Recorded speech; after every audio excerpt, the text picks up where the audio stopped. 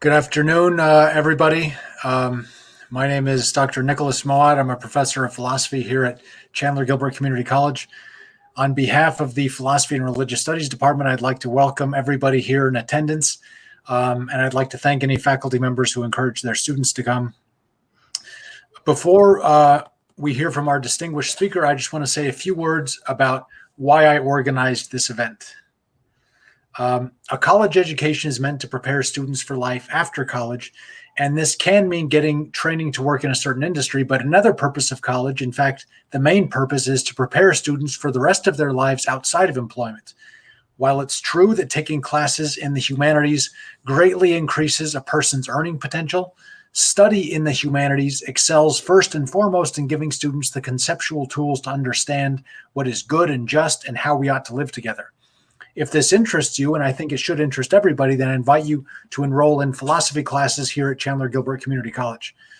For a student in the United States in 2020, that means living in a country that is likely much more diverse than the smaller circle of family and friends that they interacted with before college.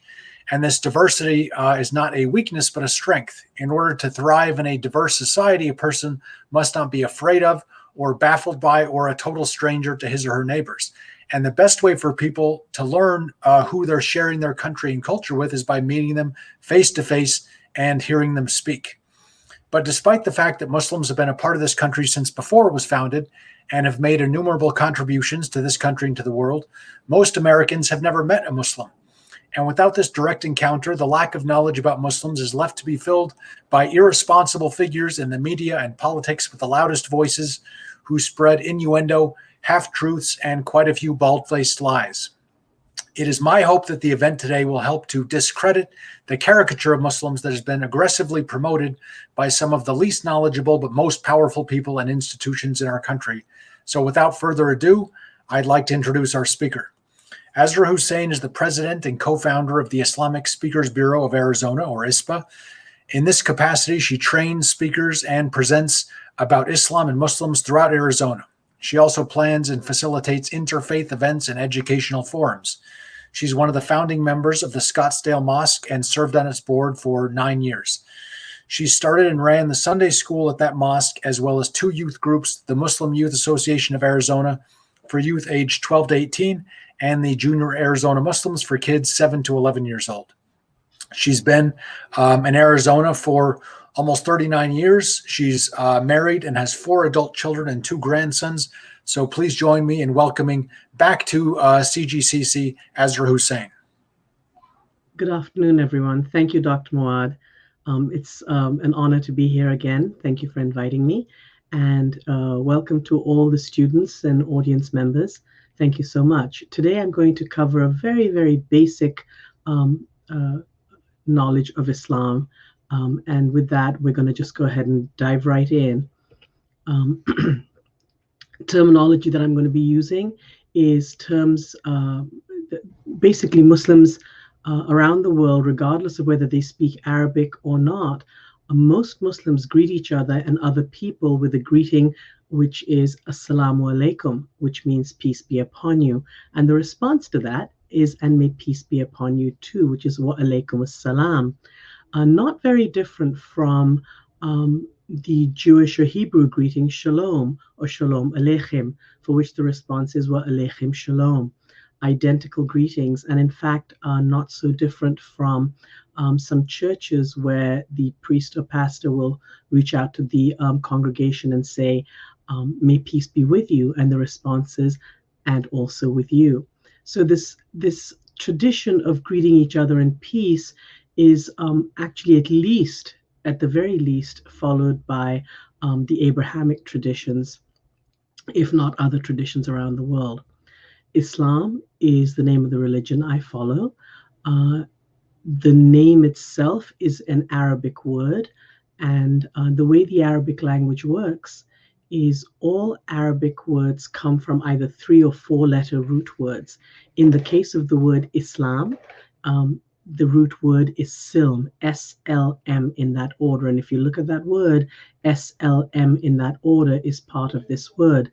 Silm as a root word means peace, and it actually has some deeper meanings as well in terms of submission and obedience, but you'll find anywhere from 40 to 48 words that come from any one root word. The best definition I can give you for the word Islam is a way of life where one is trying to achieve inner peace by obeying the laws of God.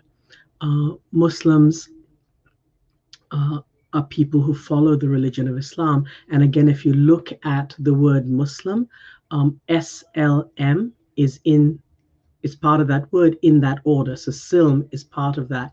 Now, if you look at all three words that I use today, Assalamu alaikum, Islam, and Muslim, all three of those words, Salam, Islam, and Muslim, come from the root word silm, salama, for peace. I want to tell you a little bit about Muslims around the world and where you would find them. According to studies, there's about 1.8 billion Muslims worldwide. Approximately a quarter of the world's population is Muslim.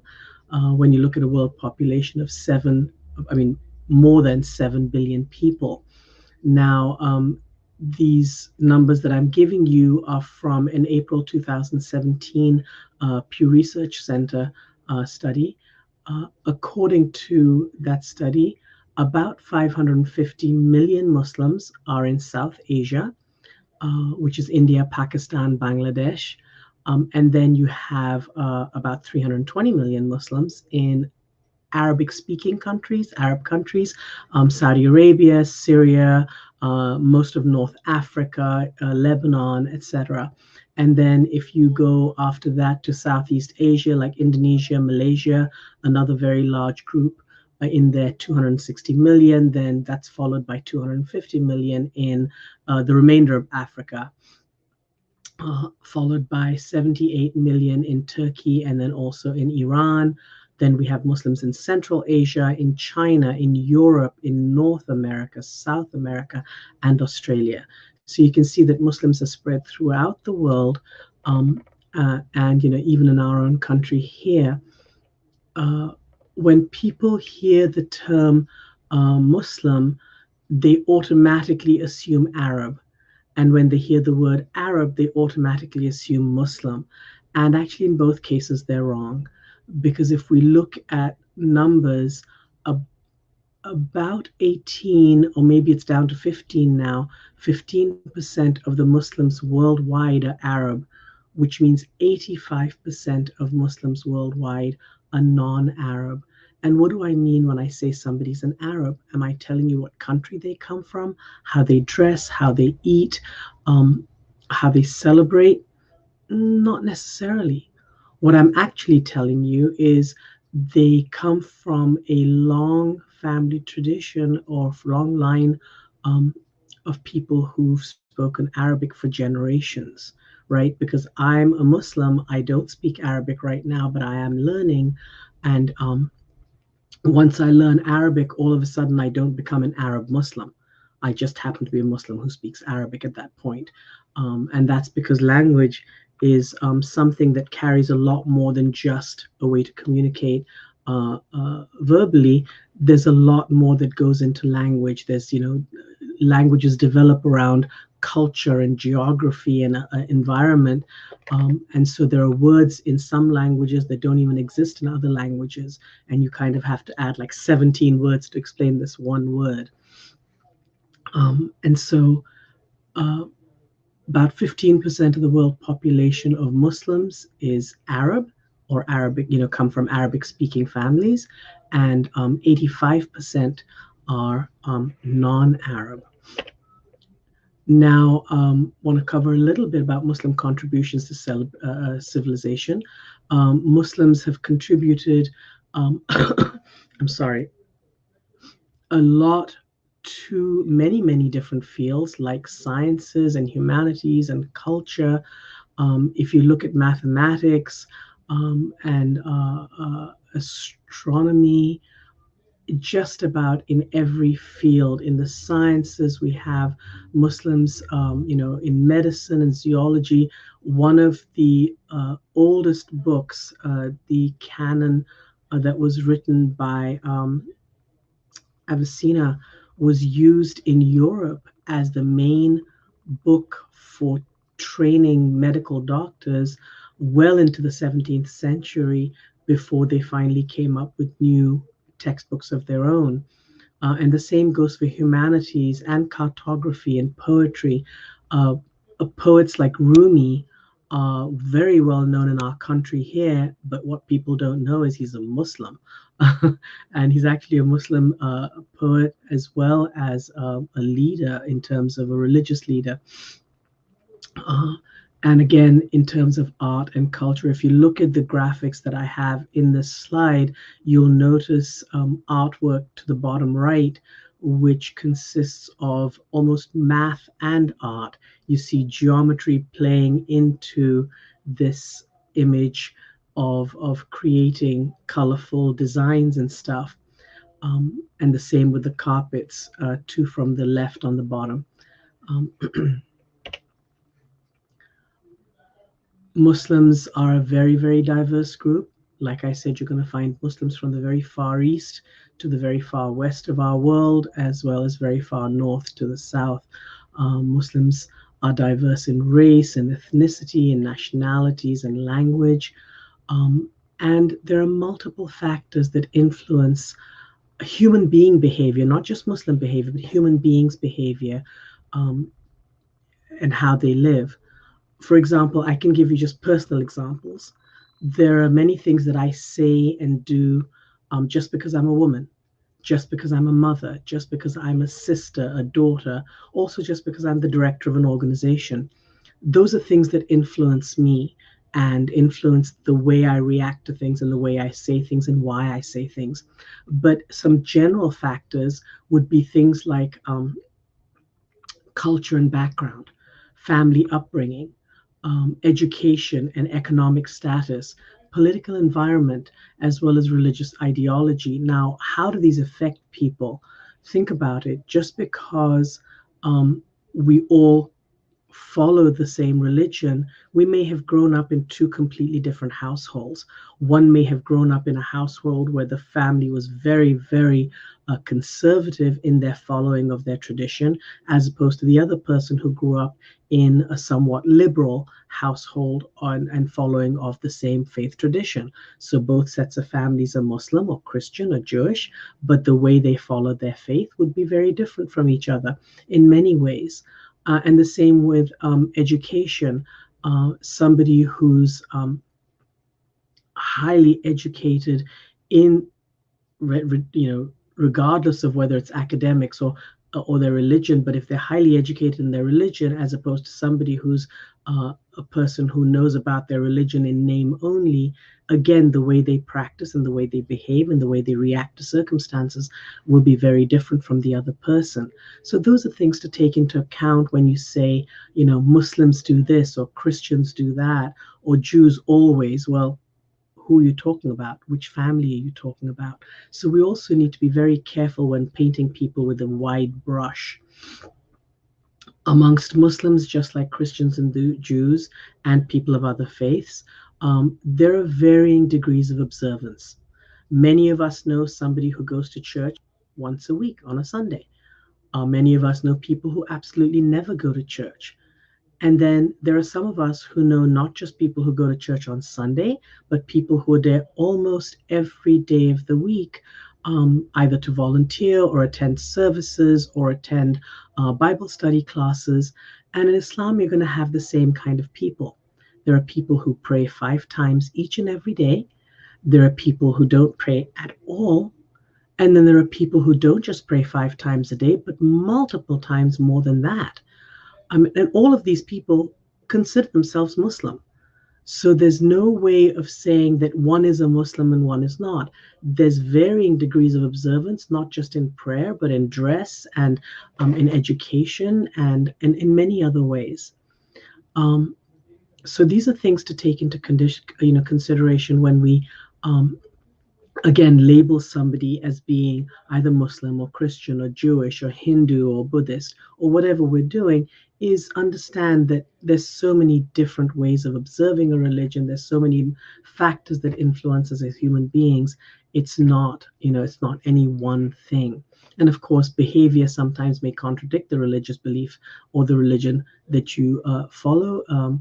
And us as individuals stereotyping other people, or any one group, we tend to fail to recognize the diversity in that huge group, right? Muslims in the US. This slide I only really talk about in terms of what's in the center right of your screen. And I don't know if center right for your screen would be here next to me, trying to get this thing. Center right of the screen for you is the number of Muslims. Many times when we hear about Muslim Americans, we always think about people who are foreign to this country or new to this country for like one generation, when a study that was done again by the Pew Research Center in July of 2017 showed that 82% of American Muslims are US citizens. And amazingly enough, 42% of American Muslims were born in the US. And so you can see that Muslims are not mostly foreigners. In fact, most of them American citizens, and almost half of them were born in this country. History of Muslims in America. Muslims, as Dr. Moaz said, have a very long history in the Americas. In fact, 1 out of every 5, according to historians, and according to some historians, 1 out of every 3 people who was forcibly brought over to the United States during the Atlantic slave trade was in fact a Muslim. Since 1875, Muslims have migrated to America for many, many reasons, and they would be about the same as any other groups that came here for seeking a better life for their families, running away from oppressive governments, freedom of religion, better education, better jobs, all of those, better opportunities for their families and descendants is why they came to this country. In 1965, I believe our U.S. immigration laws changed a little bit. And so since then, there were a lot of Muslim students that came to America from across the world. And then many did not go back at that point. They were offered jobs. They settled here, got married, and have been here for generations now. And along with these foreign-born Muslims that migrated, since 1875 and up until now, there are also those Muslims who were here from before our country was founded, and they make African American Muslims make up, I think, a little over a third of the Muslims in the United States. So again, a very large group of Muslims, are African American. And if you look at the slides to your, again, right of the slide, the top left corner is a gentleman named Abdurrahman Ibrahima. He was referred to as a prince of slaves. I believe there's a PBS documentary out about him. It's a fairly old documentary now. I think it's in the mid 2000s, or no, not sure, maybe 2005, 2006. Anyway, it's about a prince in a country in West Africa whose tribe, I think, fought another tribe. They lost, and they were sold into slavery onto a ship that was coming to America. Once he came here, he was on he was placed into a plantation in the South, where he actually served on that plantation for about 40 years. It's an interesting story because they follow his story, and also they actually have his actual descendants as part of that video, that documentary. And then you see Malcolm X, you see Muhammad Ali. These are all Muslims, American Muslims, and part of our history here. Some famous American Muslims that you may or may not know. Some of them you may, like our top left is Ibtihaj Muhammad. She actually represented the US fencing team in the last Olympics. Then next to her is Hassan Minhaj, who's an actor and a comedian. And for those of you who may have seen The Daily Show with Trevor Noah, or actually maybe even with, but would know him. Next to him is Rami Nashashibi. He's a community activist. Next to him is Dalia Mogahed. She's a researcher and a scholar. Then Fareed Zakaria. I don't know if anyone watches GPS on CNN. He's on that. He's the host of that show, I believe. And then DJ Khaled. A lot of people during in my audiences usually know about him. Down at the bottom line, you have Dr. Oz, and then you have Bella Hadid, who's a model. So you can see Lupe Fiasco and Kareem Abdul-Jabbar. Muslim Americans are quite well known. These are figures that most of us know.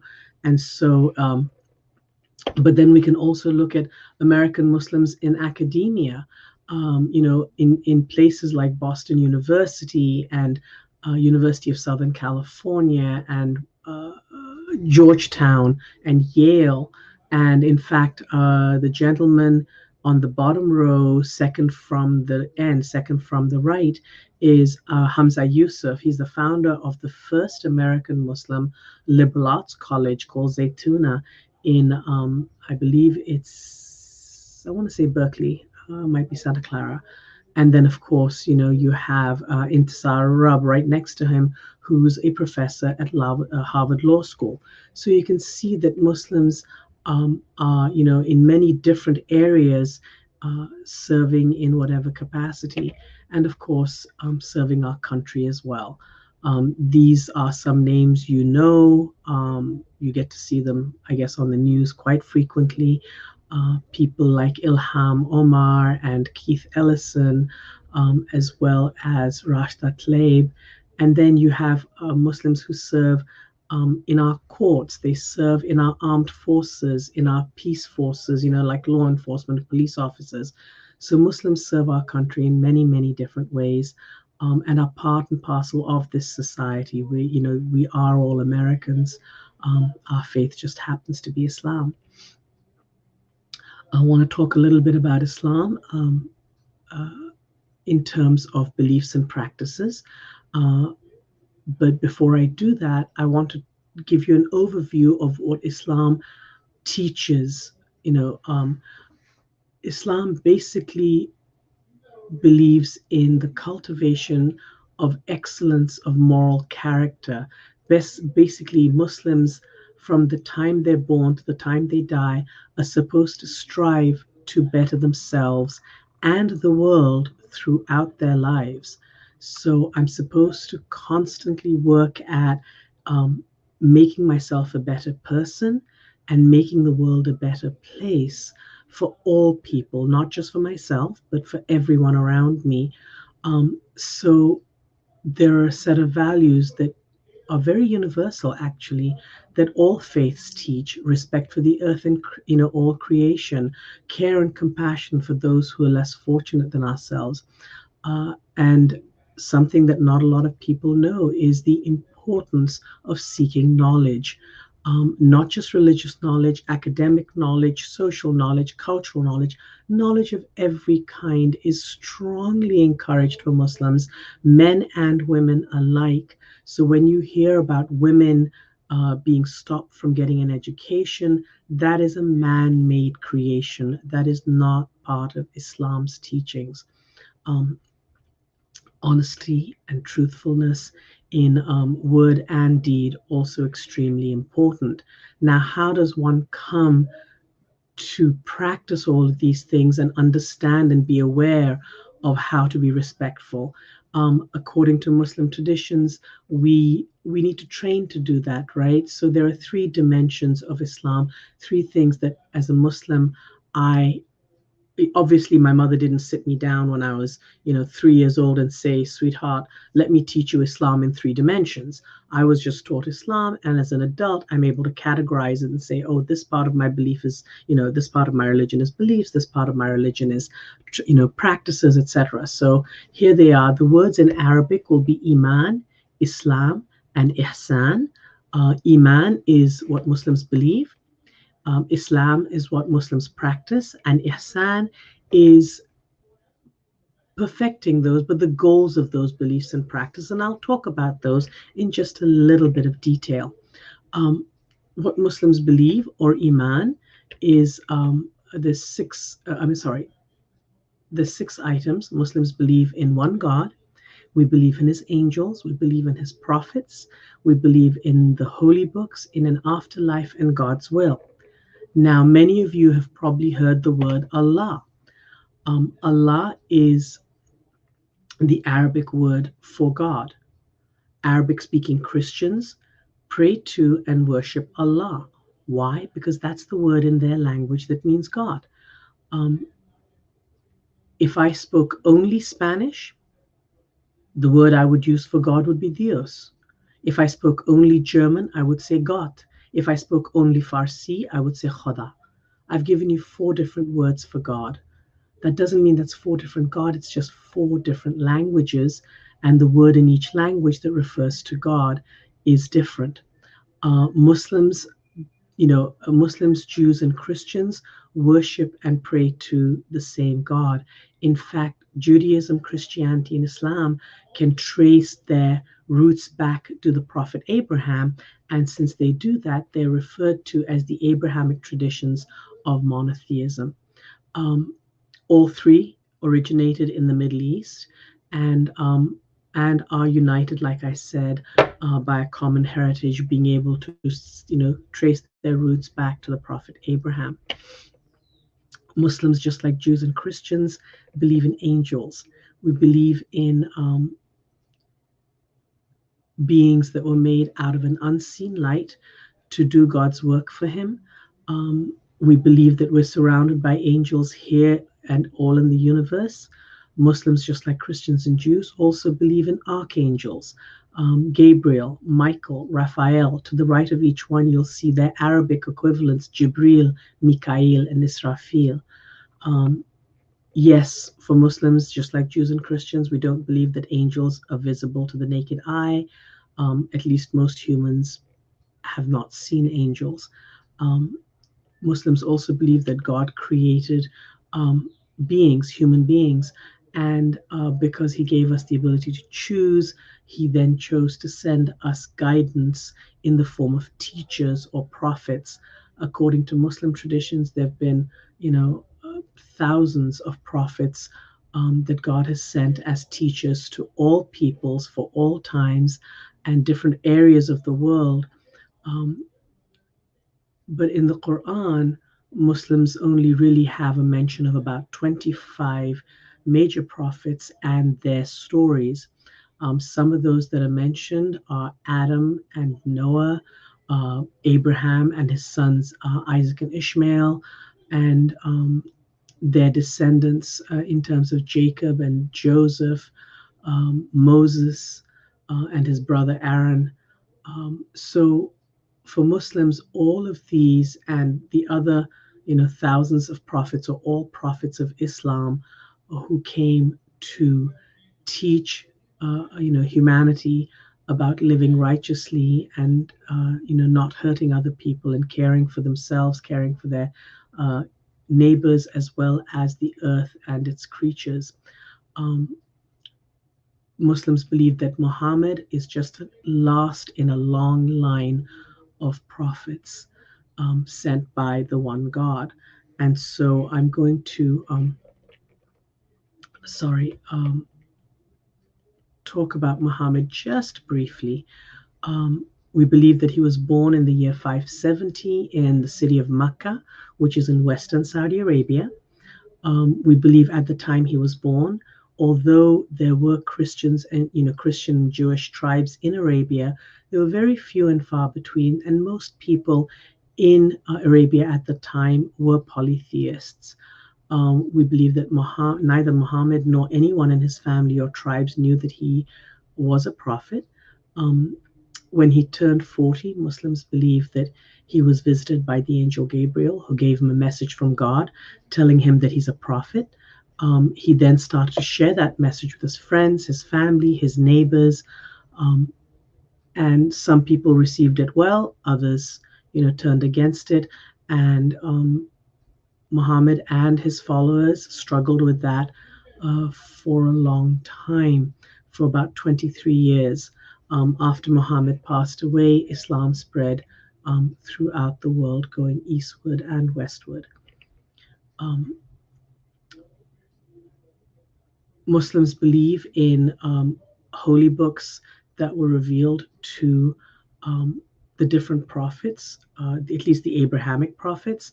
So we believe in the scrolls as they were revealed to Abraham, in the Torah as revealed to Moses, in the Psalms as revealed to David, in the Gospel as revealed to Jesus, and in the Quran as revealed to Muhammad.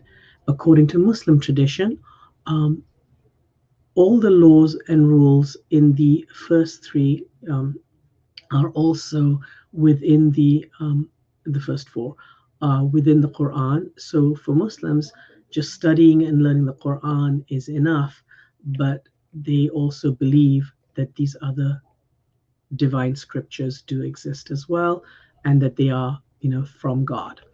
Um, want to talk a little bit about the Quran. According to Muslim tradition, the Quran is divinely revealed. We do have a second scripture called Hadith, that for Muslims is not divinely revealed. It is man created. It consists of um, the sayings and actions of the Prophet Muhammad as narrated by his companions and his followers, and passed down by word of mouth through the ages, and finally written down about 300 or so years after he passed away. Um, Both of these, the Quran and the Hadith, are important scriptures for Muslims, and they help us with Islam, Muslim beliefs and practices. As long as the Hadith supports what's in the Quran, it is, well and truly what Muslims will follow. Muslims also believe in an afterlife. We believe that sometime in the future, the world as we know it will come to an end, and we will be judged for the way we lived in this life. So, a very, very strong belief for Muslims is this accountability for actions. But we do believe in heaven and hell, but we also have a very strong belief in God's compassion and mercy, that if we should sincerely repent and sincerely ask for forgiveness and not repeat our wrong actions and words, that we would be forgiven. Um, so that's basic Muslim beliefs. Or there's one more as well. The sixth one is this understanding of God's will, that God, that everything in our creation belongs to God, and that He created it for. So for Muslims, um, there's this understanding that God knows what's happened in the past, what's happening in the future, and what's happening currently. So not that He, manipulates it like a puppet master, but that He's just constantly aware of it. We as humans get our own will to be able to make our choices, but He already knows what we will be choosing. Not, and I'm not going to go into that. Philosophers have been debating this for centuries. So, but we believe that He's fully aware of what's happened, happening, and will happen. Now I'm going to go to the next, which is Islam, or the practices. Uh, Muslims have 5 forms of worship and prayer that we conduct on a regular basis, and these are referred to as the 5 pillars of Islam. Shahada, Salat, Zakat, Saum, and Hajj are the Arabic words relating to them, and I will describe each and every one of these to you. The very first one, the profession of faith, or Shahada, all Muslims throughout the world, at least once in our lives, truly believing these words and truly meaning them, will recite them. In Arabic, they are La ilaha illallah, Muhammad Rasulullah, and they translate to there is no God but God, and Muhammad is his messenger. Now, I've told you this, that I'm supposed to do this at least one time in my life. I actually end up doing it anywhere between 12 to 25 times minimum every single day as part of my daily prayer. Now, Muslims have two different ways that we pray. One is a personal prayer, and one is this formal, structured, very physical prayer known as Salat. Um, the personal prayer can be conducted in any language, any time of day, or not at all. It's, us having a conversation with God. This formal, structured prayer, Salat, is a required prayer as part of the five pillars, where Muslims pray at five specific times: before sunrise, at noon, in the middle of the afternoon, after sunset, and then at nighttime. Now, these are not, a pinpointed second in time kind of thing. For example, noontime right now, the noontime prayer right now, for those of us living in Arizona, um, starts, I believe, at about 12:20 and goes on till about almost 4:05 right now, because it's winter time and our day has been shortened. But any time in those almost 4 hours, a Muslim can find 5 minutes to stop what they're doing and pray. So if I'm at work, I can, take 5 minutes during my lunch hour to do that. Um, if I'm at home, I make sure that the babies are taken care of and my house stuff is done, and then I can take 5 minutes aside and pray. And that's the same for all of them. It's a window of time. It's not a pinpointed time to pray. Um, if you notice the pictures, the way this physical prayer is conducted is men and women. We will stand facing Mecca, which is in Western Saudi Arabia. During the prayer, we bow, we touch our heads to the ground, and then we repeat these actions 2, 3, or 4 times, depending on which time of day the prayer is. So each prayer will be a little different. What we say during the prayer is very similar, and then there are portions that we get to choose, but all of it is passages that we have memorized from the Quran, and some are repeated throughout all the prayers, and others are added in as part of it. We're glorifying God, we're thanking Him for what He's given us, we're asking for forgiveness, and we're asking for guidance. That's literally what is happening during this prayer 5 times each and every day.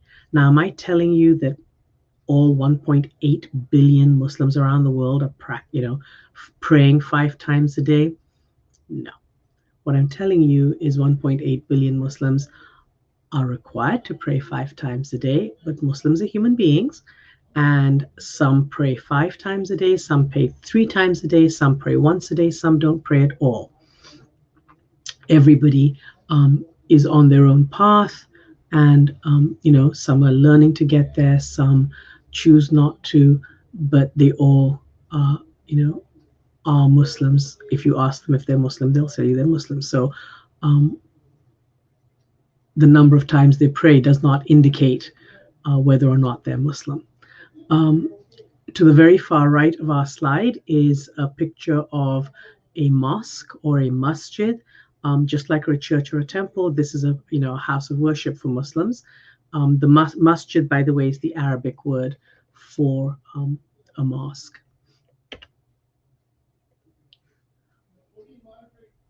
The third pillar of Islam is zakat. It's a required donation. Muslims are required to give to charity out of their wealth, which is different to income. Income is money that comes in on a regular basis to take care of our needs and our necessities. So things like food, clothing, housing, education, medicine, all of these things that my family would need. I would take that out and, take care of my family first. And then anything that's additional to that I didn't need for my family and that's been sitting around for a year, I would take 2.5% of that and give it to the needy. So 2.5% of my wealth is what is considered part of zakat. Fasting or Saum is also part of Muslim worship. During the month of Ramadan, which is the 9th month of the Muslim calendar, which is a lunar calendar. So just like Jews, Muslims follow a lunar calendar to keep track of their holy days and festivals. Um, during this month, all healthy adult Muslims are required to fast from before sunrise to after sunset for each and every day of the 29 to 30 days of the month of Ramadan. Now, because the lunar calendar happens to be shorter than the solar calendar by 10 to 12 days, if you put the two calendars together, and once a year they shift by about 10 to 12 days. So this year, I believe that Ramadan began in the last 10 days of, I think like the 20th of April and went on till the 20th of May. And then next year, we expect it to begin right around the 13th or so of April and go on to the beginning of May. So every year you can see it goes backwards by about 10 to 12 days. Healthy adult Muslims are required to fast. So if somebody has a severe cold and they're struggling with breathing and temperature and stuff, they should not be fasting. They're not healthy enough to fast. Women during their period are not required to fast, not because for them they're considered unwell at that time. So, and I always joke with people, you don't want somebody with low sugar and PMS in your house. But at the same time, a person who is terminally ill is never supposed to fast. People who are mentally ill are not supposed to fast. So healthy adult Muslims. So who's considered an adult in Islam? Young people who come of age, who've hit puberty, are considered adults. So anywhere from the age of 12 on until 15, whenever they come of age, they're now responsible for taking on not just fasting, but other parts of their faith as something they take on and practice on their own, and not because mommy or daddy said so. Why do Muslims? Oh, the way Muslims fast is that starting before sunrise, they stop eating and drinking anything. No water, no bread, not even chewing gum. Nothing goes past their lips as nourishment, or any form of putting stuff into their body. Until the sun goes down. So after sunset is when they break their fast. It is not supposed to be easy. It's meant to be a test. It's meant to be trying, and to build willpower, also to feel compassion for those who don't have as much as we do, to reflect on what we do have ourselves. And again, strengthen relations in the community, because during this month, Muslims are encouraged to feed those around them, feed their neighbors, feed their people who are in need, feed the community. And because Muslims believe that the Qur'an was first revealed to the Prophet Muhammad during the month of Ramadan, most Muslims around the world will go back to the Qur'an and read it at least once a day, if not more, throughout the month of Ramadan. Many of them, dividing into 30 sections and reading a big portion of it, 30 different portions every single day until they, by the end of the month, they finished it. So the month of Ramadan is a time for reflection and worship and reconnecting with yourself, your family, your faith. So Muslims around the world really look at Ramadan as a place to start good habits again, or start new good habits and reconnect with their faith and community, which has been a little difficult this year, not just for Muslims, but Christians and Jews and people of all faiths. All of these amazing holidays and religious observances have come during the time of COVID, which has made it very, very different, for us to have to stay home and not do all these community celebrations. But it's also reminded us of what we did have when we were able to come into community and spend time with friends and family.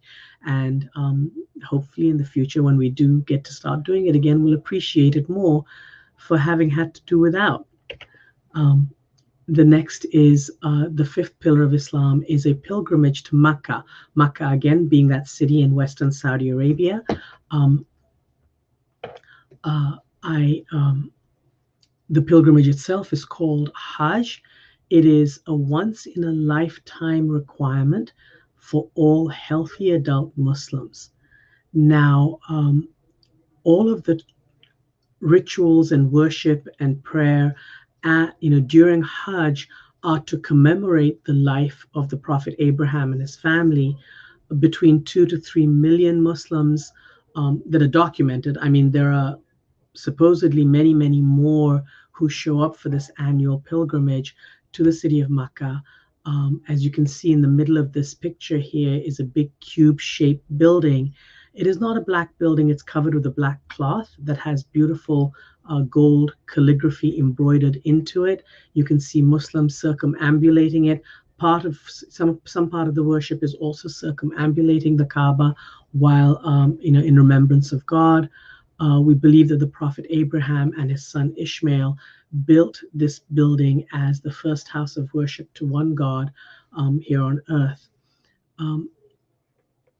There are Muslims who cannot go anytime during their lifetimes. So although it is a requirement, it's not something that we believe will be held against us if we weren't able to afford to go, because it's very expensive, or if our health didn't let us go.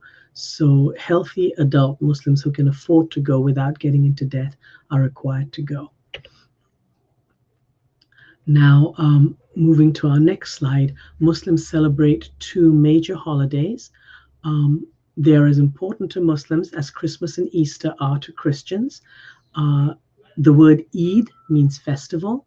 So one is called Eid al-Fitr, which is the festival of the breaking of the fast, which is celebrated after the month of Ramadan, and Eid al-Adha, which is the festival of the sacrifice, which is celebrated towards the end of the Hajj pilgrimage. Now, both of these are 3 to 4 day holidays, and they both start off about the same way. On the first day, first thing in the morning, Muslims give to charity. For Eid al-Fitr, they will give money, food, clothing, toys, whatever, gifts to the needy. And on the second holiday, Eid al-Adha, the charity is actually in the form of meat. They will give meat to those in need. The sacrifice that we're talking about is not any sacrifice that Muslims are giving. This is in reference to the sacrifice that Muslims and Jews and Christians believe that Abraham was asked to give of his son's life to show his obedience and love of God. So that's what we're again celebrating. And as I said before, the Hajj pilgrimage is all about commemorating the life and story of the Prophet Abraham and his family. Now, the third dimension Islam is ihsan. Like I said, excellence in character and action. Muslims are supposed to live their lives in such a way that they're constantly trying to improve who they are, and so that they can be better to society, better to the world, and all of God's creation, and to strive to live in a spiritual, wonderful way, whether somebody's watching or not, right? Whether somebody's watching or not, I need to be honest. Whether somebody will catch me out or not, I will pray, I will fast, I will take care of those around me, regardless of what the world gets to see. So it needs to be something within myself to better myself. And Muslims, just like people of many, many faiths around the world, have, follow the golden rule, where there's a prophetic saying, which was, not one of you is a believer until he wishes for others what he wishes for himself. Now, having said that, I'm going to cover a few common misconceptions about Islam. A lot of times, the only time we hear about Islam is in the news with extremists, behaviors and stuff, where Islam is a religion of moderation. Everything in Islam is supposed to choose the middle path, the path that's neither extreme here nor there. A lot of people say, there's no such thing as, some a good thing, or too much of a good thing. Well, there is. There is too much of a good thing. I'll give you one example. If a person is responsible for providing food and clothing, etc., for their family, a shelter, and they decide that I'm religious, I'm just going to go off into the mountains and pray all day long, 24/7, and God will take care of my family. Well, yes, I love that you have a lot of faith, but how is money going to come in to pay for food? And so, yes, they're praying a lot. So too much praying is also going to be negative for those around them, the people they were supposed to support. So Islam always asks us to choose the middle path, the moderate path, where the person who was responsible for taking care of their family could have prayed a third of the day and worked a third of the day and spent time with their family a third of the day. So they could have made it balanced. Terrorism is completely forbidden in Islam, where there is no excuse for killing innocent people ever. If there is war, it needs to be declared between two known sets of governments. There are strict rules to protect civilians, and these are not new rules. These were put down during the Prophet Muhammad's lifetime, that one doesn't poison the wells, one doesn't break the infrastructure, we don't burn out the crops of a society, don't hurt religious people, etc. Only combatants should fight combatants. So these are all rules that are within Islam. Humans, on the other hand, follow all sorts of things and create all sorts of things that's not part of the religion.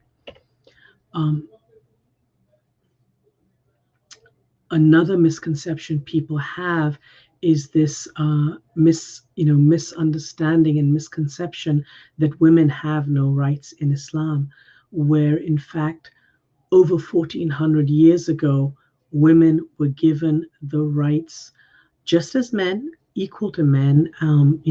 It isn't that just women were given that and men weren't. Both sets of humans, men and women, had the right to equal rights in nature and humanity. We can approach God the same way, pray.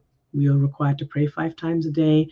We're required to dress modestly. We're required to fast. And all of those are for men and women. And then we'll also be held accountable the same way. Did you do this right? Did you hurt somebody? Did you lie? etc., men and women. Against same responsibility, accountability. We don't just have the right to education, but a duty to education and a right to employment for women and men, for over 1400 years. Women have had the right to earn and own their own property for over 1400 years. In Europe, that was not even a thing at that time, right? So imagining that this idea that women own and earn their own property and wealth is a new thing. It's not. Muslims have had it for over 1400 years. Muslim women have had the right to marriage by their own consent, and during a divorce they actually have the right to custody of the children who are either 7 years or younger, or in some traditions 12 years and younger. And at the age of 7 or 12, depending on which tradition, the child then gets to choose which parent they live with. So all of these are rights that women have had for over 1400 years. Now, if we look around the world, you'll see that different countries, different cultures don't necessarily follow this. But that has nothing to do with the religion. It has to do with tribal traditions and cultural norms and social, traditions. But they're not following the faith. If they were following the faith, they would understand that women and men should have equal rights in every aspect of life.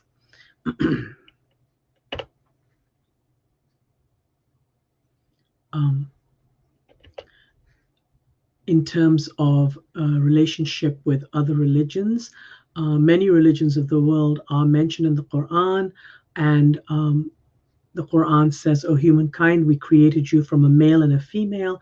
We made you into races and tribes for you to get to know each other. And the most noble of you in the sight of God are those of you who are most conscientious, and God is omniscient, fully aware." Now, we Muslims know from the Quran, because we believe it to be divinely revealed, that God in the second thing says that, "And if God wished, he would have made you a single nation, but the intent is to test you in what God has given you." So for Muslims, we're not out there trying to make everybody Muslim, because it wasn't God's intention. He made us different on purpose, and he has a purpose that we may not understand today, but we are being tested for how we behave with those who are different to us. So for Muslims, we're supposed to treat all of God's creation with respect and kindness and take care. And so this idea that Muslims are out there trying to convert people is just completely against what the teachings of the Quran are. The mention of Judaism in Quran and Moses in the Quran, you'll see these two passages that have been chosen, and mention Moses and mention Moses in the book. He was one chosen and was a messenger, a prophet. We called him from the right side of Mount Sinai, and we drew him near to entrust a secret, and we gave him the secret, and we gave him out of our mercy his brother Aaron, who was also a prophet. So now, for Muslims, Moses is actually mentioned more in the Quran than just about any other prophet, I believe. And Christians, Jews, and Muslims and Davidians are considered people of the book, people who are given scripture. And the same for Christianity. There's a whole chapter on Mary and Jesus, and it's actually titled Maryam, and it talks about the miraculous virgin birth of Jesus. It talks about her story and his story. So for Muslims, these are part, these prophets and other prophets are also part of our tradition.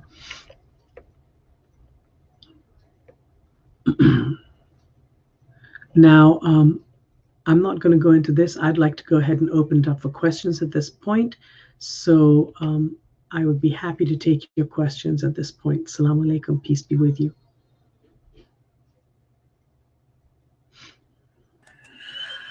Hi, thank you, Azra. It's wonderful as always.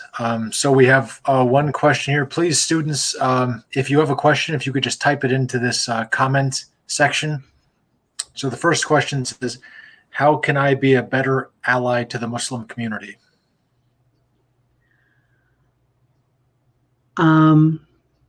Well, if you hear something where people are attacking Muslims, maybe step in and stand with the person who's being attacked and say, please, this is not right. Learn for yourself what's actually right, what Muslims believe and what they practice, so that you can be an ally with correct information, right? Arm yourself with information that's accurate. Arm yourself with information that's not inflammatory, so that you are able to defend whether a Muslim is present or not. So thank you. That's a wonderful concept, that you'd like to be a better ally. So yes, zero tolerance, and not just for Muslims, but for the Muslims would be great, but for any community that's being attacked and ridiculed and abused, stepping in and saying, no, that's not correct, would be wonderful. Thank you. And the better way to arm yourself is with correct knowledge. And I hope this serves that purpose here, this event. Another question someone has is, Why do Muslims not believe Jesus is the Son of God? According to Muslim traditions, we actually have passages in the Quran that say that God is unique, that he has no offspring and he has no parents. So as a Muslim and a believer in the Quran, I 100% believe that he has no offspring and he has no parents. That is why for Muslims, Jesus is not the Son of God, because for us, God has no offspring.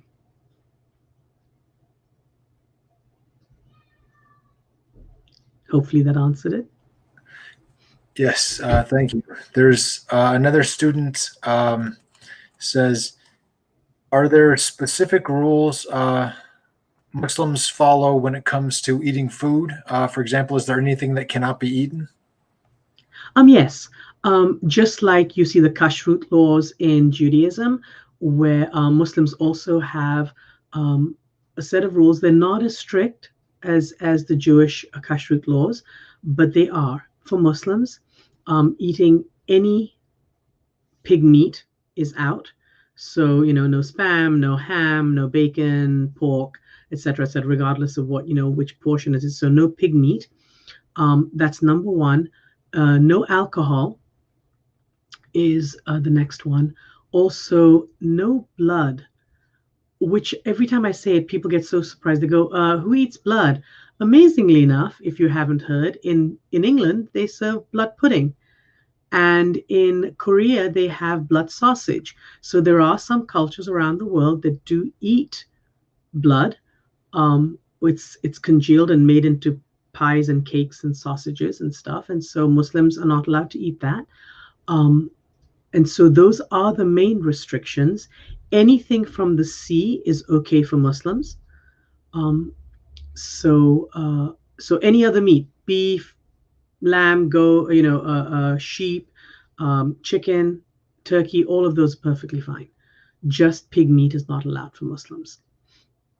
And some Muslims do go one step further, where the way it's slaughtered is very important. So just like in the Jewish tradition, it has to be slaughtered in a certain way with a blessed knife, etc. The Muslims also have that tradition. So some, and they refer to it as halal or dhabiha. Some Muslims follow that tradition of insisting it has to be slaughtered a certain way, so it has to be halal. But otherwise, Muslims may eat beef, chicken, etc., but just no pig meat. Hopefully, I answered that. I think so. Another question somebody has is, what is the history behind the prayer mat, and how did that become a part of Muslim culture? Quite honestly, it's because of the way we pray. We kneel down, we touch our heads all the way down to the ground. You need a space that's clean, right? You need to not get dust and dirt on your clothing and your face. So to do that, people use any kind of a medium to stop that. If you look in places like Turkey and Iran, they make carpets there. So it would just made sense that the one item that you would use would be a carpet or a little rug. And so that just became a very popular way of doing it. But not everybody uses rugs. Some people just pray on the ground they're at. They just make sure it's clean. There's been times when I've traveled, I didn't take a prayer rug with me. I would just take a towel and put it on the ground. Many years ago, I was at Disneyland and I was walking down Main Street and I looked to my right in the grass. There was a gentleman who was praying, and all he'd done is taken one of those paper grocery bags, the brown ones, and he just torn it down the center and opened it up and put it down the ground as a prayer rug. So it was just a medium to keep dust and dirt off of his clothing and his face. That's all it is. So it's not a staple of Muslim culture, but it's nice to have. It just becomes something that Muslims around the world use. It's a good gift giving thing. It's fun. Okay, thank you. And there's this one, the next one, I know you've addressed this a bit, but the question is, how would you explain the relationship or similarities between Islam and other Abrahamic faiths? Amazingly, the more we sit down together and dialogue, we realize we have so much more in common than we even realized. I will give you an example. I used to take my Cub Scout den to a church, as part of their religion badge. I used to take them to a church, a mosque, and a temple. And I walked into a temple, rabbi was waiting for me, and at the door, I saw this box that said, Sadaqah. And I went up to Rabbi and I said, Rabbi, is that a donation box? He goes, yes, we give Sadaqah. I said, you know that Muslims also give Sadaqah and it's also charity? And he goes, oh my goodness, how amazing. And a few years later, we had a bunch of Jewish friends who stopped for Ma'rif prayer. And I said, that's a sunset prayer, right? And they said, yes. They said, how do you know?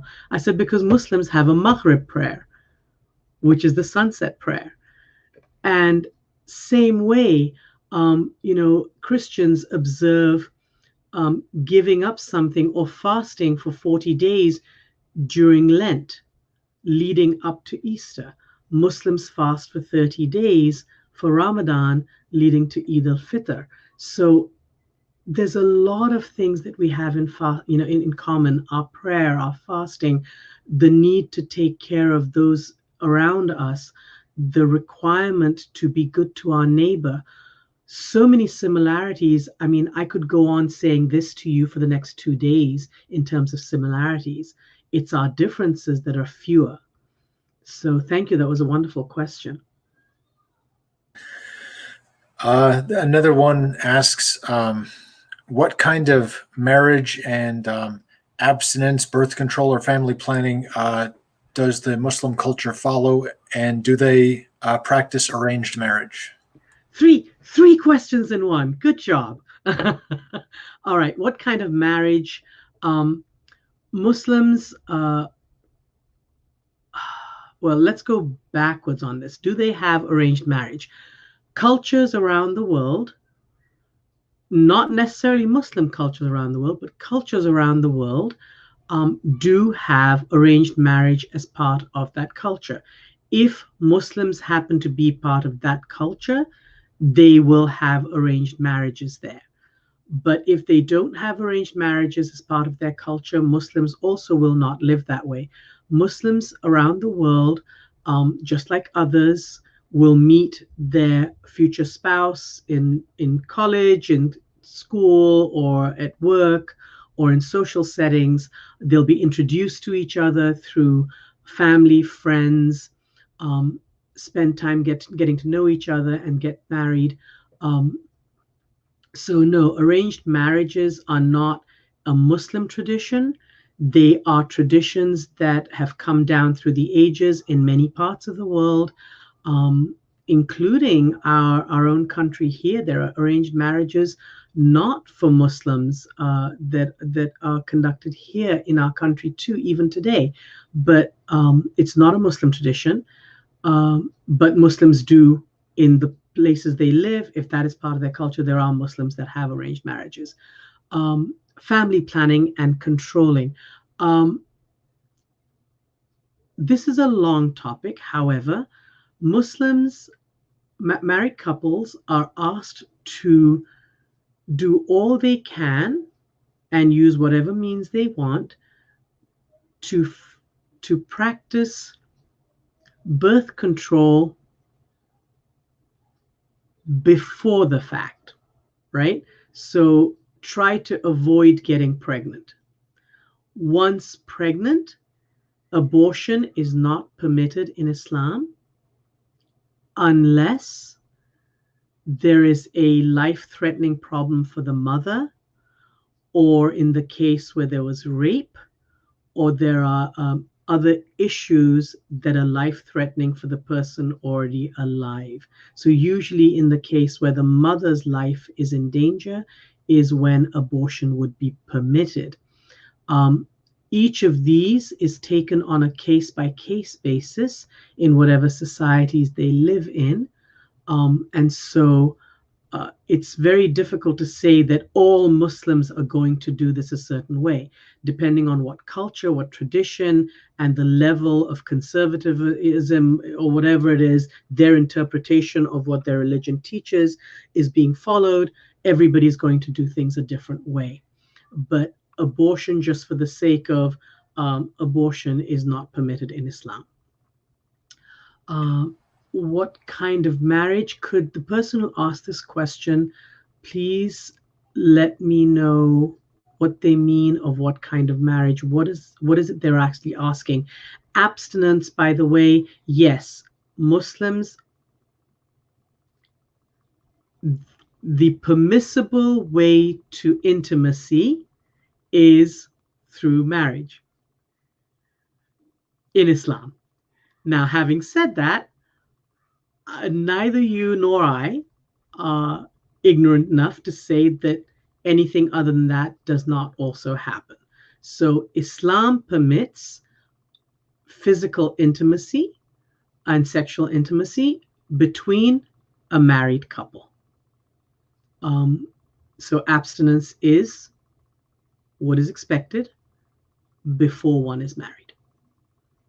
Now, the question on the marriage one, if you can specify what you mean by what is marriage, what kind of marriage, I'd be happy to answer that.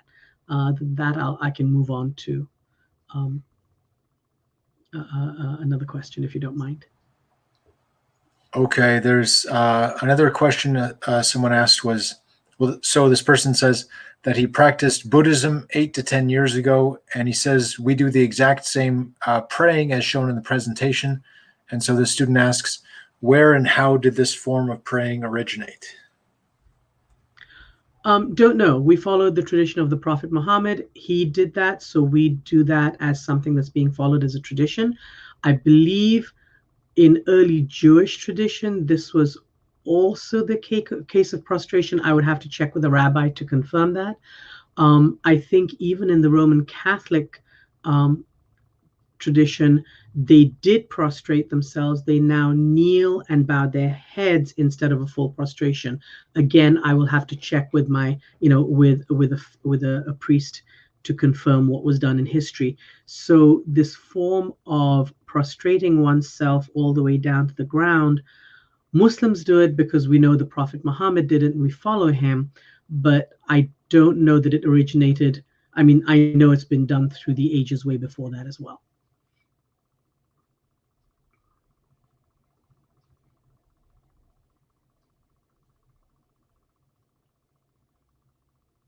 Any other question?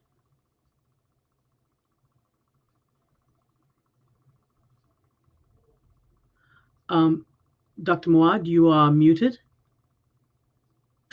Sorry. Yes.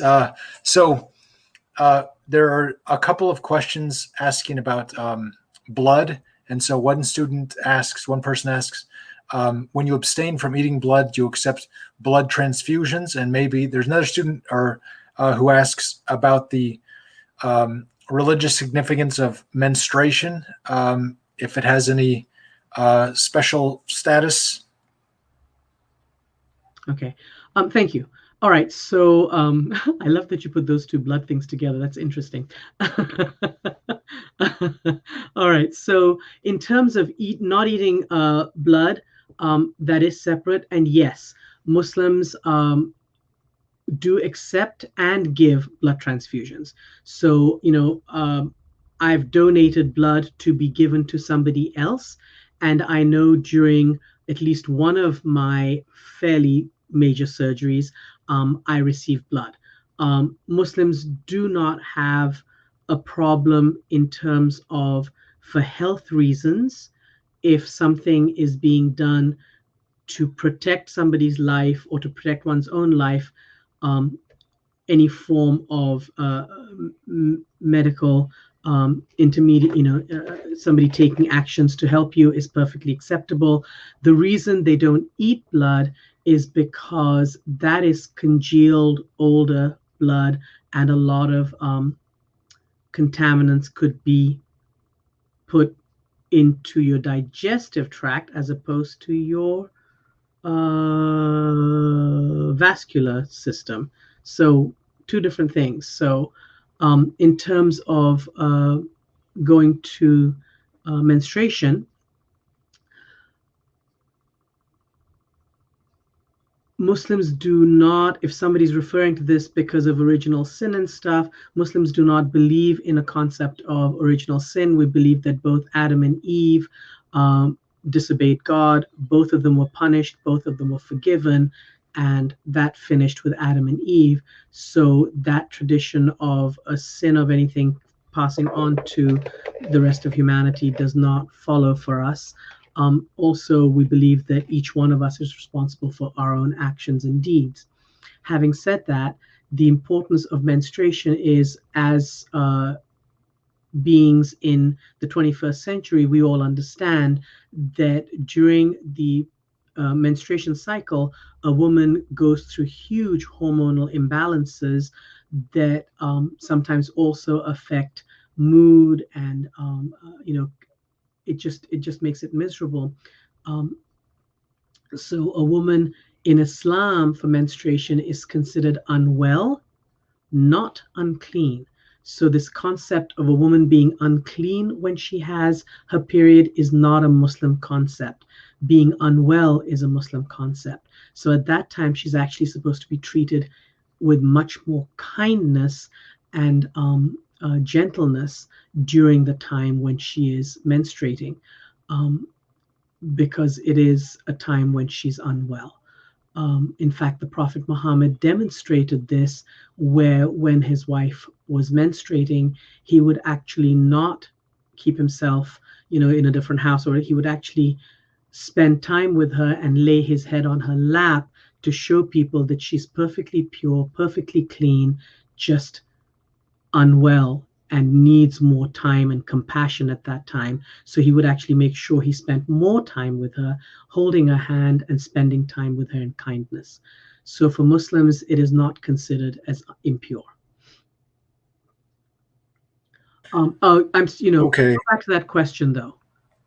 Having said that, there are people around the world who are Muslim who take on whatever was part of the cultural tradition, which was not the religious tradition. If the culture where they come from thought of menstruating as impure, these people did not know and do not know that their religion doesn't say it's impure, their culture says it's impure. And so they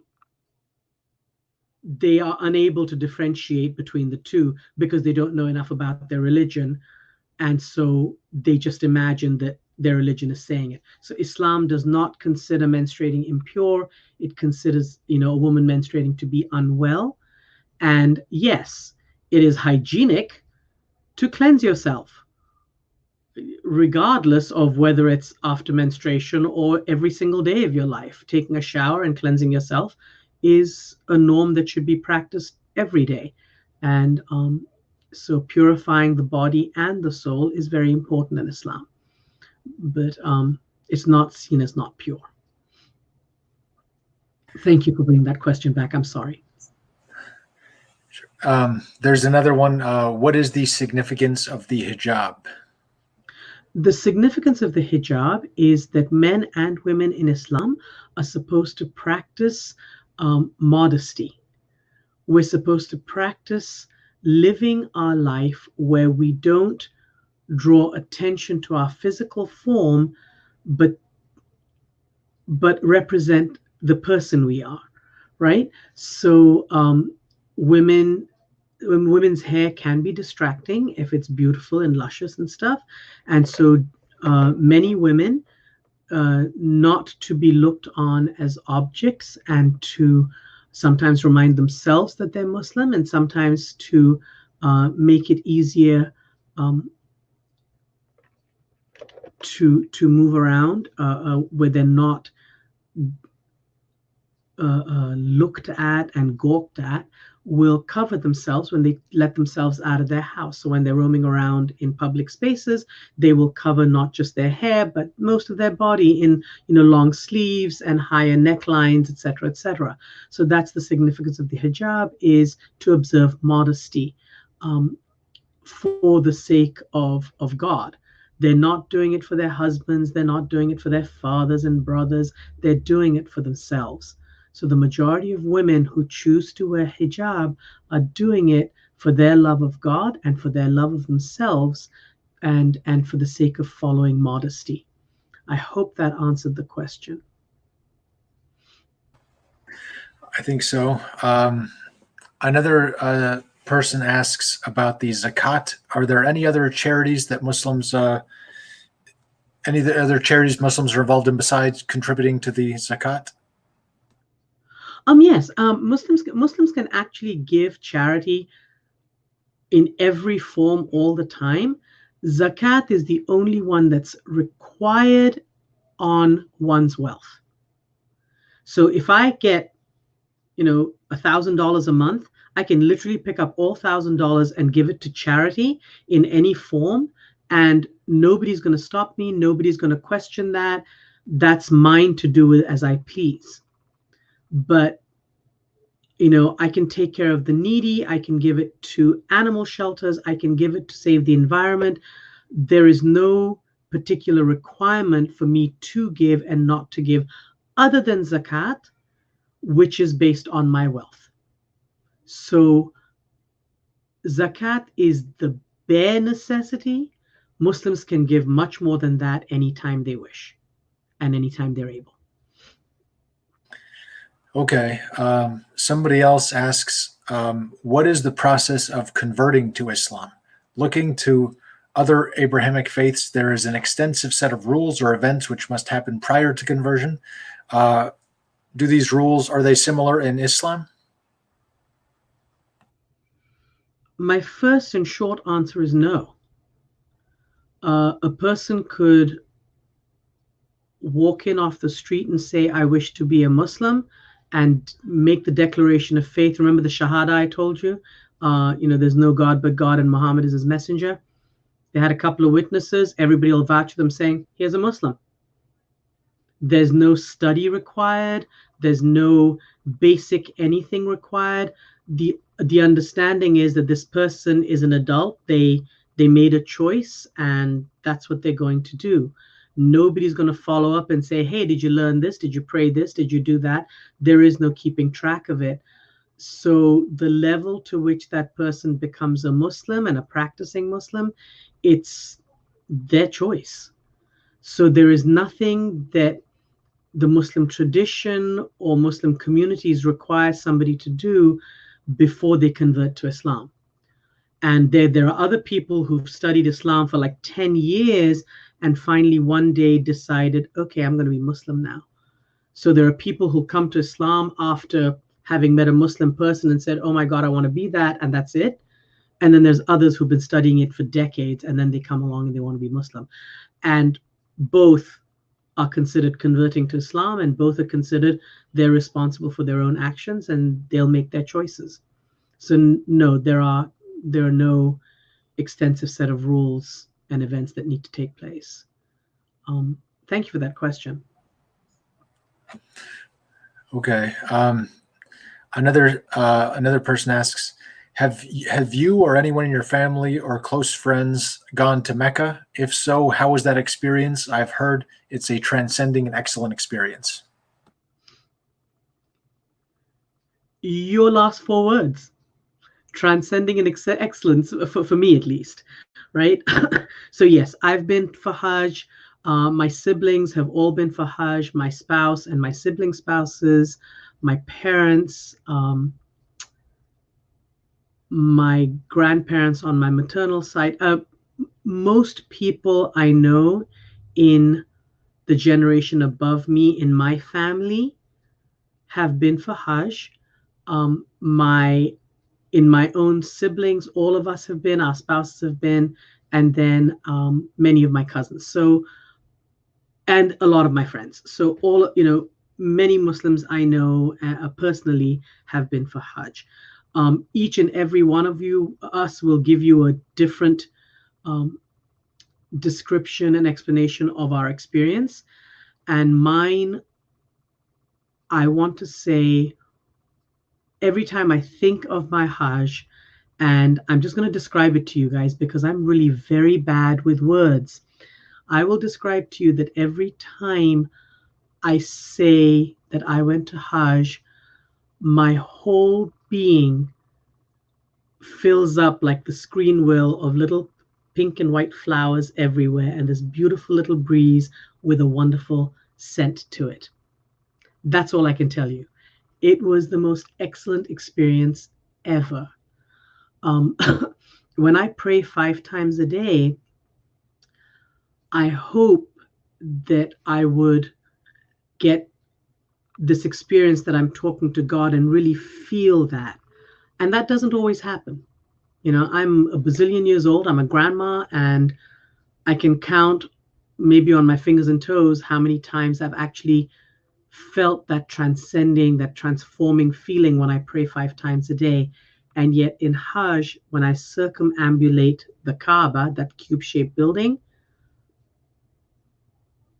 I can lose myself, or I did lose myself, into this wonderful place of just almost floating. So yes, it was a wonderful experience. Excellent. And whoever said that to you, they also had a very similar experience. Good for them. There's another question about clothing. Is wearing a burqa a cultural, religious, or personal decision? Yes to all of them and no to all of them. A burqa is a cultural tradition in, I believe, northern Pakistan, in India, in some parts of Iran, and I believe also although it's not called that in Saudi Arabia, but in tribes in Saudi Arabia, the same, covering yourself completely in this thing with that's there. It is not religious, but Muslims do wear it, and a personal decision. The personal decision part of it, I would say, would be for people living in societies that don't follow it. That don't follow it, but that person is wearing a burqa, then it's that personal decision, right? But if they're living in a society where all women always wear a burqa when they step out of their house, and they're saying they're doing it because of religion, then it's a religious choice that they're making because they feel that all Muslims need to wear that to step out of their house. The reason I'm saying a burqa is cultural is because if you look at Muslims in Lebanon and Egypt and Syria and many parts of Saudi Arabia, they don't wear burqas. They wear a small headscarf, which is a hijab, right? So it's not a religious thing. Dressing modestly is religious, and how people translate that all over the world is their own cultural explanation and practice of a religious requirement of dressing modestly. Does that make sense? I think so. Sorry, didn't mean to make it sound so complicated. No, it's good to get into the complications. Another student asks about learning Arabic. Do you want to learn Arabic for a religious purpose, or just a desire to learn Arabic? Mostly a desire to learn Arabic, because even if I learn Arabic today, it's modern Arabic, right? The Qur'an is written in classical 1400-year-old Arabic. And it's like saying I'm learning English to understand Shakespeare. Well, just because somebody learns English doesn't mean they can read Shakespeare and go, oh, I got that. It doesn't happen that way, right? You actually have to go study Shakespeare to understand what this particular word meant at that time in history and what this referred to, et cetera, et cetera. So even if I learn Arabic, I I would actually have to go learn classical Quranic Arabic for religious scripture. So no, I was learning it for myself because I was born and brought up in Kuwait, and I felt ashamed that I don't speak Arabic. So mostly learning it for me, and it might be a little bit of a bonus if I can understand some religious literature. But everything is available to me in English in terms of my religious literature, so I'm fine with that. Someone else asks, in Catholicism, baptism happens when one is an infant, although I would note infant baptism is also practiced in Eastern Orthodox churches, Episcopalians, Lutherans, Methodists, Presbyterians. But the student continues, I believe with the Mormon religion, it's closer to 7 or 8. For this religion, for Islam, do they practice baptism? And if so, at what age? And what is that process like for children? Islam does not have baptism. In fact, Islam does not have any formal ritual or rites to bring somebody into the faith other than at birth, the newborn baby will have a call to prayer in its right ear and then a call to prayer whispered in its left ear by whoever the adult is in the room. If the father was there, he would do it. The mother is there, she'll do it. Grandmother, grandfather, whoever the elder is in the room will greet the baby by doing a whispered call to prayer in the right ear first, then the left ear, and that's it. That is the full-on rites and rituals to being a Muslim. Beyond that, nobody comes back at the age of 11 or 12 or 13 or 18 or 20 and says, hey, let's reaffirm what we did for you when you were born. All of the time after that is hopefully you're learning your faith through your family and tradition and community and practicing it all along. There is no formal baptism.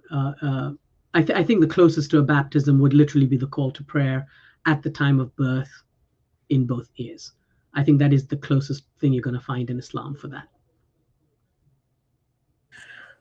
Okay, there's 2 questions have come in that are both asking about like objects of special significance in the religion. So one person asks, in your religion, do the material items are there material items which possess positive and negative energy that could ultimately affect the trajectory of one's life on Earth?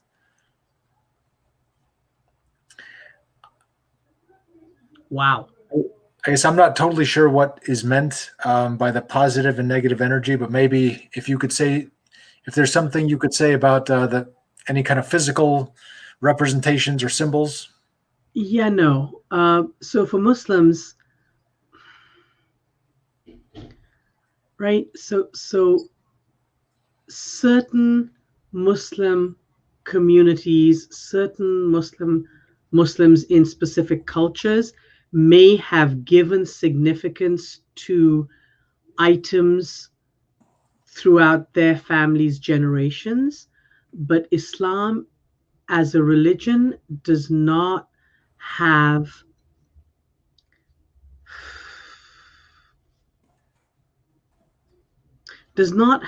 items that we give that level of importance to. The only thing that we give importance to in terms of positive and negative energy is our prayer and our conversations with God and our behavior to the environment and people around us. So I don't believe we have objects, and I hope I'm not missing any, because I'm trying to rack my brain thinking and trying to see if there's anything in my household that I consider an object, a religious object that is of any significance. No, I don't believe we do. I don't know, we don't. we do not. So sorry, Okay. I know it sounds really weird, but no, we don't. Okay. Another person asks, are there programs in the community that offer teachings of Islamic beliefs to younger generations, or is it the responsibility of parents to provide that until the person reaches adulthood? Both. There are, depending on which communities you're in, which countries you're in, which families you're in, the mosque has it. There are certain Islamic schools that have it. Parents teach at home. For me, growing up, my parents taught me at home because we didn't have Sunday school type religious school teachings anywhere, right? At least in English that I could understand. But if you're in India, Pakistan, or even in America, there are different religious schools like Sunday schools. I think it's Sunday because our weekends are Sundays, so they are religious school on Sunday. But they are available and they are taught with a curriculum that has a set of things that kindergartners should know. Children who are 6 need to know this. Children who are 8 need to know this, etc., etc. And so there's a set of things, and it's pretty much the same content, except the content is then developed a little bit more and more as one gets older. So a 7-year-old may hear the story of Noah and how one needs to behave with one's elders, but that same person being 17 years old would get the story of Noah with the understanding of lessons learned from the story of Noah as opposed to the mythology of Noah, right, of the actual events. And so the content remains about the same, but the depth of the content, I guess, grows with the person. But yes, there are some children who learn religion from their own parents because parents don't believe other people are going to teach them correctly, and there are others who can actually go to Sunday school style setups where they'll have teachers that teach them Arabic as a language so they can read the Quran and they can memorize the passages for their prayer, learn about the history, how to behave, etc., etc. So both are available, and both are done depending on the family, depending on the country, depending on the culture, etc., etc.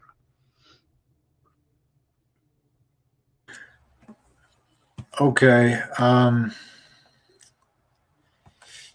Looks like there is another question here. Can you talk about the misbaha or tasbih and how it's used or its purpose?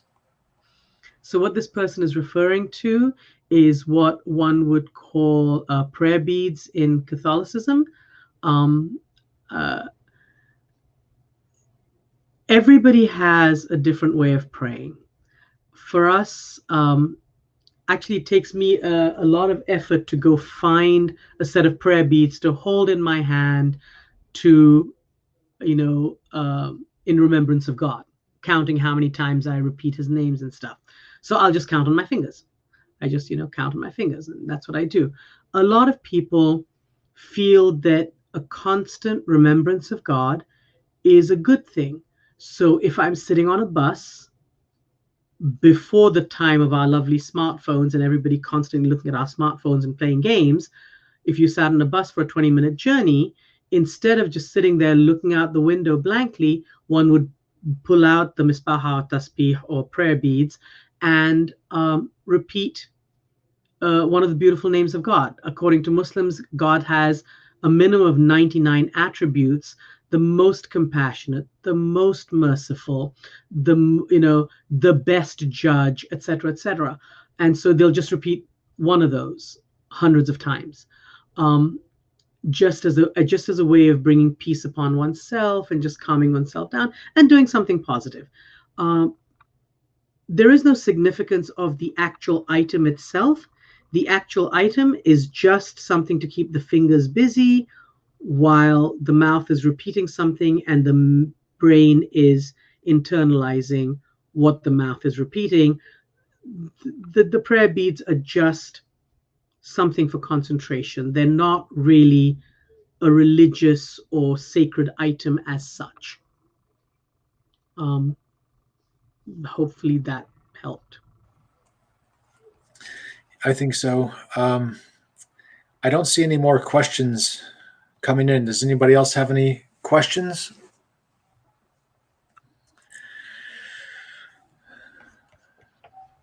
Well, I'd like to thank again our speaker, Azra Hussain. Thank you for coming back and doing this talk again. We really appreciate it. And thank you, everyone who helped put this on at CGCC, and all of you who came to attend this virtual event. If you're in my class, remember there's the extra assignment that goes with this for extra credit. Thank you.